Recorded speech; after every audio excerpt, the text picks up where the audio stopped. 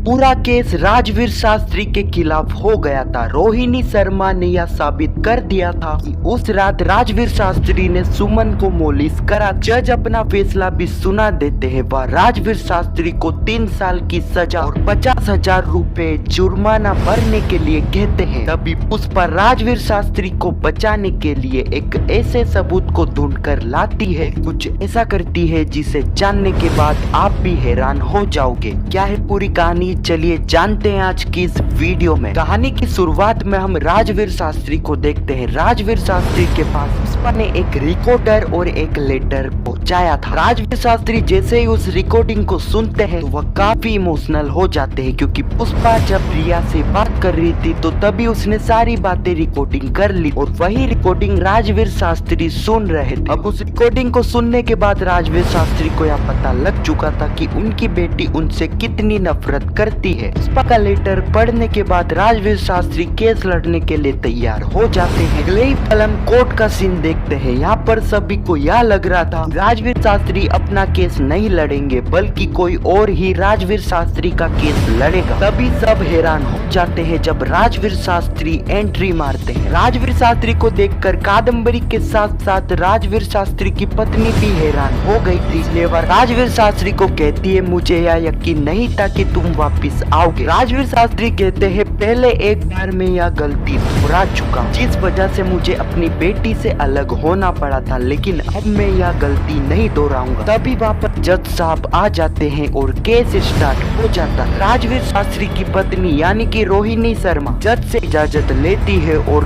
घरे में सबसे पहले सुमन को बुलाती है। उसके साथ जो चीजें हुई है वह बताने के लिए कहती है। सुमन वही अपनी बनाई हुई पुरानी कहानी बताती है, किस तरह राजवीर शास्त्री रात में उसको कॉल करते हैं और वह उनके घर पर जाती है। तभी राजवीर शास्त्री उसे मोलिस करते हैं। इसके बाद रोहिणी शर्मा खुद राजवीर शास्त्री को ही घरे में बुलाती है और उनसे सवाल पूछती है कि शास्त्री जी की क्या इससे पहले भी आपके ऊपर मोलिटेशन का आरोप लगा है? राजवीर शास्त्री कहते हैं कि ना तो पहले मैंने किसी को मोलिस करा था और ना अभी भी मैंने किसी को मोलिस नहीं करा है। रोहिणी शर्मा यहाँ पर भी नहीं रुकती है। वह उस रात की राजवीर शास्त्री के घर के बाहर की सीसीटीवी फुटेज बताती है, जिसमें साफ साफ दिख रहा था कि उस रात सुमन राजवीर शास्त्री के घर के बाहर भग रही थी घबराते हुए। इसके बाद राजवीर शास्त्री की एंट्री होती है। राजवीर शास्त्री घरे में सुमन को बुलाते हैं, से कहते हैं, सुमन जी उस रात आप काफी घबराई हुई दिख रही हो फुटेज। राजवीर शास्त्री कहते हैं, यू ऑनर, दुनिया में ऐसी कौन सी महिला है जो कि मोलिस होने के बाद घर में बैठकर पिज्जा और कोल्ड ड्रिंक